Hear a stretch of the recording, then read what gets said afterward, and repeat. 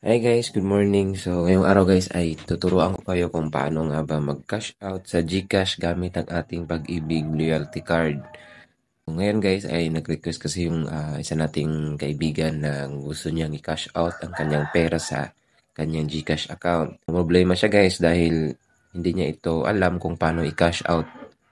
So, ngayon guys ay meron tayong idea kung paano natin ito i-cash out ng mas mabilis. Ituturo ko po sa inyo kung paano natin ito gagawin.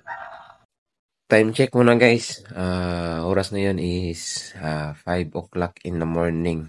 So, napagising tayo ng umaga dahil dito sa request ng ating isang kaibigan. So, ang gagamitin ko ang aking Pag-ibig Loyalty Card ID.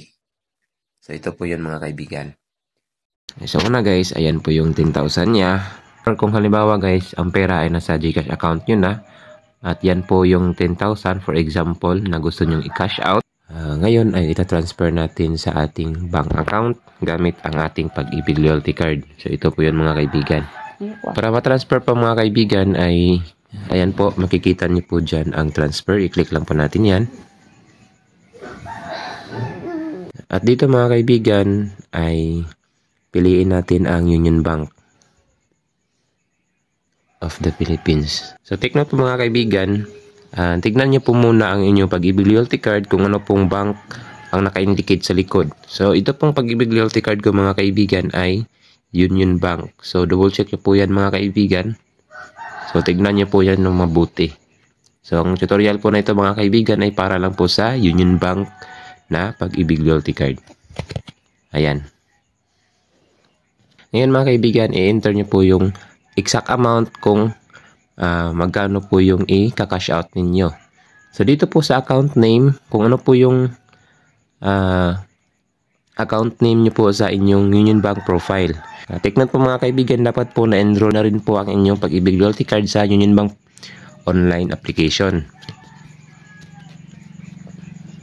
So, meron na po akong previous video tungkol dyan mga kaibigan kung paano po i-enroll itong ating Pag-ibig Loyalty Card sa Union Bank application. So, ayan po. Dito naman po tayo sa account number. So, makikita po yan mga kaibigan sa likod ng ating Pag-ibig Loyalty Card. Diyan, yung AC. Ang AC po mga kaibigan, ibig sabihin po niyan is account number. Sa likod ng ating Pag-ibig Loyalty Card. So, ilagay lang po natin ang ating 16-digit account number.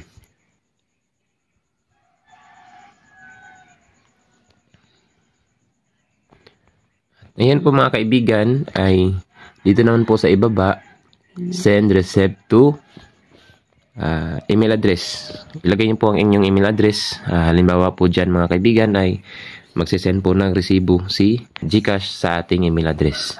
Okay. So, ayan. Pag okay na po mga kaibigan, take note po mga kaibigan, meron po siyang, ayan po, service fee na 15 pesos. Ayan, 15 pesos service fee will charge per transaction. So, click lang natin itong send money. Yan po yung information, transfer to account name. Yan po ang pangalan natin, account number. Double check po yung inyong account number. Dahil once magkamali po yan, hindi po yan papasok sa inyong account. Yan po. Dito po sa ibaba, i-click lang natin itong I confirm that the details are correct. Tapos, pay 9,045 na po siya guys kasi po inulit ko po siya guys ha, in-exact amount ko na lang po siya para po exact na 9,000 ko po yung ma-withdraw sa aking ATM. So, ayan guys, meron po siyang 15 pesos fee kaya naging 9,045 po siya. Pag okay na po, click natin itong pay. Ayan. Tapos magsisend po ng OTP si GCash. Ayun. Then, submit. So, ayan na po guys. Nasend na po siya. Ngayon, tignan natin sa ating Union Bank application. Guys, check natin kung pumasok na ba agad-agad yung ating na-transfer na amount. So, dito, open lang natin ang ating Union Bank application. So, ito po yung sinasabi ko sa inyo mga kaibigan na kailangan po talaga na meron tayong Union Bank account online. So, ito po yun. So, ngayon mga kaibigan, para mabilisan, click lang itong quick balance. So, ayan na po mga kaibigan, pumasok na po siya. So, ganun lang kabilis mga kaibigan. Napakadali.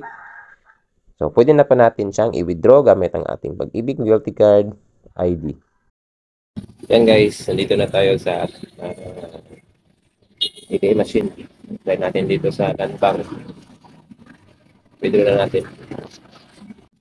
Dito pala yung ate ko. Siya yung nagpapatulong. Ay.